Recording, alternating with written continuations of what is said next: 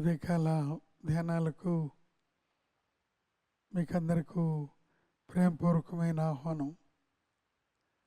ఈ గొప్ప అవకాశం ప్రభు నాకు మనందరికి ఇచ్చినందుకు దేవునికి ఎంతో స్తోత్రాలు వందనాలు చెల్లించుకుంటున్నాం. ఇటువంటి అవకాశం లేక ఇతర రాష్ట్రాల్లో చాలామంది చాలా అలమటిస్తూ ఉన్నారు. వాక్యకారు చెప్పేవారు లేరు, వినాలనే ఆశ. అయితే సమృద్ధైన అవకాశాలు ప్రభు మనకిస్తున్నారు. దేవునికి ఎంతో స్తోత్రాలు చెల్లించుకుంటున్నాం.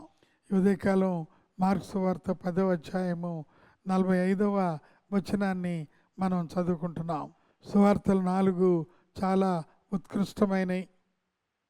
మొదటి సువార్త మత్తయి సువార్త, ప్రభు అయిన యేసుక్రీస్తు రాజులకు రాజు అనే ఒక గొప్ప ఆ యొక్క అంశాన్ని వివరించిన సువార్త.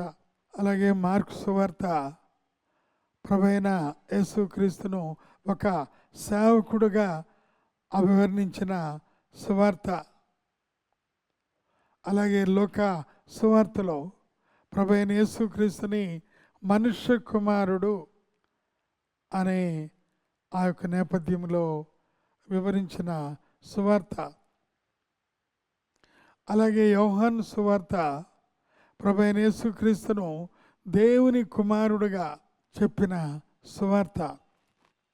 ఈరోజు మార్కు సువార్త 45వ అధ్యాయంలో మనుష్య కుమారుడు పరిచారము చేయించుకొనుటకు రాలేదు, కానీ పరిచర్య చేయుటకును అనేకులకు ప్రతిగా తన ప్రాణమును క్రయధనముగా చెల్లించుటకు వచ్చెను అని దేవునికి స్తోత్రాలు కలుగును గాక.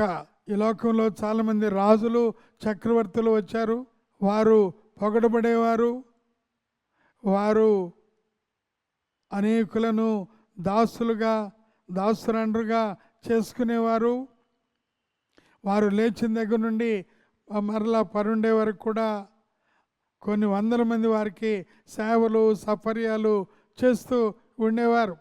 ఈరోజు ప్రాముఖ్యమైన విషయం ఏంటంటే, లోకాల్ని కలుగు చేసిన ప్రభు, సృష్టికర్త అయిన దేవుడు, అన్నిటి మీద అధికారం కలిగినవాడు ఆయన అయితే ఈ లోకానికి ఒక పరిచారకుడుగా ఆయన దిగి వచ్చారు. ఆయన పరిచర్య చేయించుకోవాలంటే చాలామంది దేవదూతలే వచ్చి పరిచర్య చేస్తారు. ఆయనకి సెక్యూరిటీ అక్కర్లేదు. అవసరం అంటే వాళ్ళు ఎంతమంది వేల మంది దూతలు ఆయన చుట్టూ ఉంటారు. ప్రతి సృష్టిలో ఉన్న ప్రతి విషయాన్ని కలుగు చేసిన వాడు ఈయనే. సమస్తమును ఆయన మూలముగా కలిగి ఉన్నదేది ఆయన లేకుండా కలుగలేదు. ఆయన ఈ లోకానికి ఒక సర్వెంట్గా,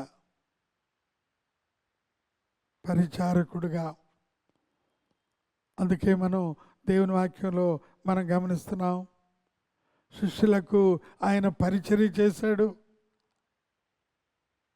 ఆయన ఆ యొక్క చివరి రాత్రి భోజనం అప్పుడు ఆయన ఒక తువాలును కట్టుకుని ఆయన ఆ యొక్క బేషన్లో నీళ్లు పట్టుకుని వారి పాదములను కడిగారు. ఎందుకంటే మీలో ఘనుడుగా ఉండాలంటే వాడు ఇతరుల నేను మీ పాదములను కడిగినట్లుగా ఒకరి పాదములను ఒకరు కడుగవలెను అని ఆయన వారితో చెప్పినట్లుగా మనం చూస్తున్నాం. 43వ వచనంలో ప్రభు ఇలా అన్నారు, మీలో అలాగుండకూడదు. మీలో ఎవడైనను గొప్పవాడై ఉండగోరని ఎడల వాడు మీకు పరిచారము చేయువాడై ఉండవలెను. మీలో ఎవడైనను ప్రముఖుడై ఉండగోరని ఎడల వాడు అందరికీ దాసుడై ఉండవలెను.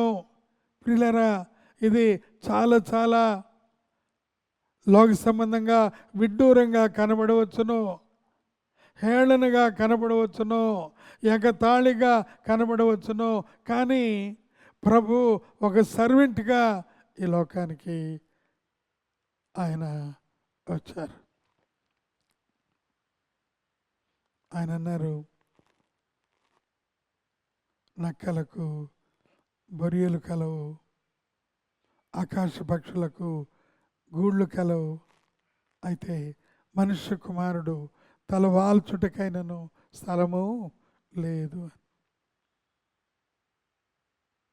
ఎంతగా తను తాను తగ్గించుకుని తను తాను రిక్తునిగా చేసుకుని ఈ లోకానికి వచ్చిన ఆ ప్రభు చెప్పిన మాటలు మనం ఆలోచిస్తున్నాం.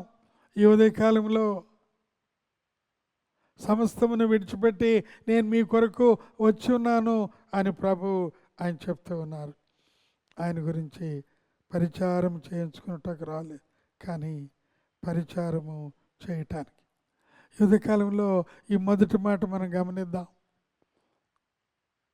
ఎప్పుడు కూడా మనకు సహాయకులు ఎక్కువగా ఉంటారు, స్నేహితులు ఎక్కువగా ఉంటారు, పరిచర్య మనకు చేస్తూ ఉంటారు.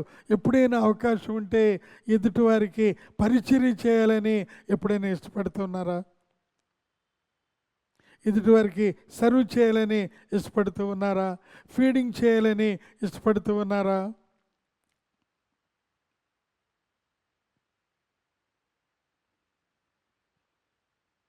కుటుంబంలో ప్రియులను కోల్పోయి దుఃఖంలో ఉన్న వారి దగ్గరికి వెళ్ళి ఓదార్చి ఏదైనా కొంత పరిచర్య చేయాలని ఇష్టపడుతూ ఉన్నారా? కుటుంబంలో పరిచర్య కాదు, సంఘంలో కూడా ఏదైనా పరిచర్య చేయటానికి ఇష్టపడుతూ ఉన్నారా? పాటలు పరిచర్య, వాయిద్యాలు పరిచర్య, ఇంకా మరి ఆ యొక్క మందిరాన్ని శుభ్రపరిచే పరిచర్య, కరపత్రాలు ఇచ్చే పరిచర్యలు, అలాగే ఆ యొక్క ప్రేయర్ బృందంతో వెళ్ళి వారిని కలుసుకుని వచ్చే పరిచర్యలు, ఎండల్లో చెమటల్లో వెళ్ళి ఆ యొక్క పరిచర్యల్లో చేసే విషయంలో ఎంత ఆనందం ఉందో, ఎంత సంతోషం ఉందో.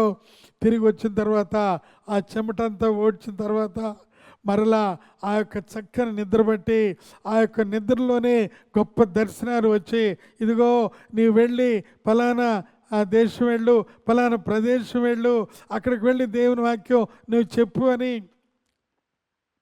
విలియం కేరీతోనో జాన్ వెస్లీతోనో మన ఇండియా దేశంలో అపోస్తులైన పిఎం సామ్యుల్ గారితోనో రకరకాలుగా ఆయన చెప్పిన దర్శనాలు నీవు నేను ఈ దినాల్లో వింటున్నాం. కానీ ఆ పరిచర్యను మనం తీసుకొనలేక పోతూ ఉన్నాం.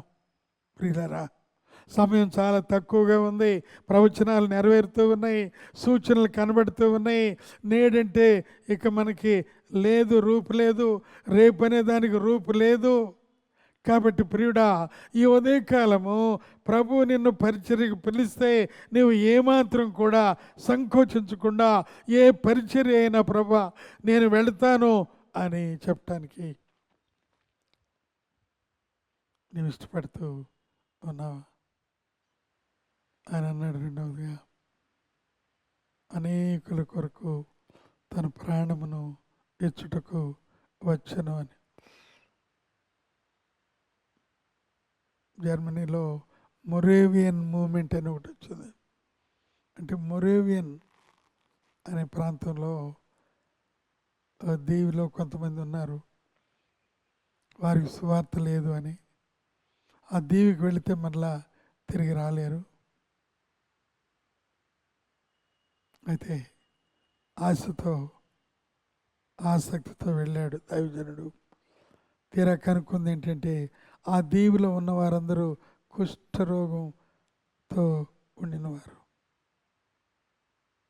ఆయన అన్నాడు వెంటనే, నేను మీతో కలిసి ఉండటానికి వచ్చాను, ఏం భయపడవద్దు, నేను కూడా మీతో ఒకనిగా మారిపోతాను. అంటే తన హృదయంలో తప్పనిసరిగా ఆ రోజుల్లో అంటువ్యాధి కాబట్టి ఆయనకు కూడా కుష్ఠం వస్తుందని తెలుసు. కానీ పాపపు కుష్టు పోవాలంటే సువార్త చెప్పాలి. అందువలన మొరేవియన్ మూమెంట్లో ఆయన వెళ్ళి ఆ యొక్క దీవిలో ఉన్న వారందరికీ సువార్త చెప్పగా వారందరూ కూడా ప్రభువుని అంగీకరించారు. ప్రియులారా, వారికి బాప్తిస్మం ఇస్తుంటే కాళ్ళు చేతులన్నీ వంకరపోయి ఉన్నాయి, అయినా వాళ్ళ ముఖాల్లో పరలోక ఆనందం, దేవదూతుల ఆనందం. దేవునికి ఎంతో స్తోత్రాలు, వందనాలు కలుగును గాక. ఆ ప్రభు అనేకులకు క్రయధనంగా ప్రాణం ఇస్తే కనీసం ఇక్కడ నుండి ఏదో యానం అనే ఆ ప్రాంతానికి వెళ్ళి సువార్త చేయటానికి కూడా సంకోచిస్తున్నామంటే దేవుడు నిన్ను పిలిచినప్పుడు వద్దు ప్రభా అని అన్నది. సంఘంలో పరిచయం చేస్తానయ్యా, పరిచయం రాత్రంతా కూడా టైప్ చేసి మెసేజెస్ అందించి ఇస్తానయ్యా, రేపు నీది కాదు, రేపు నాది కాదు. మనం నిన్నటి వారం ప్రభు ఇచ్చు బోధను తిరస్కరించవద్దు, ఆయన గద్దింపగా విసుగవద్దు. దేవుడు తన మాటలను మనందరి హృదయంలో బలంగా దీవించి ఆశీర్వదించును గాక. ఆమేన్. ప్రార్థన. పరిశుద్ధుడా, ప్రేమగల మా తండ్రి, మార్కు సువార్త 10వ అధ్యాయం 45లో నువ్వు పరిచర్య చేయించుకోవటం రాలేదయ్యా, పరిచర్య చేసావు నాయన. ప్రపంచంలో ఎవరు కూడా నరకానికి వెళ్ళకూడదని నీ ప్రాణం ఇచ్చావు ప్రభా, నీ రక్తాన్ని కార్చావు ప్రభా. అది ఇతరులకు చెప్పడానికి మమ్మల్ని నన్ను సిద్ధపరచండి. ప్రాణం ఉండగానే వెళ్ళి చెప్పాలి, నడవగలిగినప్పుడే వెళ్ళి చెప్పాలి, నోరు పని చేసినప్పుడే వెళ్ళి చెప్పాలి. నీ కృపా సహాయం ఇవ్వండి. ప్రభువైన యేసుక్రీస్తు పరిశుద్ధ నామములో అడిగున్నామా తండ్రి, ఆమేన్. తండ్రి, కుమార పరిశుద్ధ ఆత్మ త్రియేక దేవుని ప్రేమ, కృపా, సమాధానం మనందరికీ ప్రేమించేవారు, పరిచర్యలో పాలిభాగస్తులైన వారికి తోడై ఉండి నడిపించును గాక. ఆమేన్.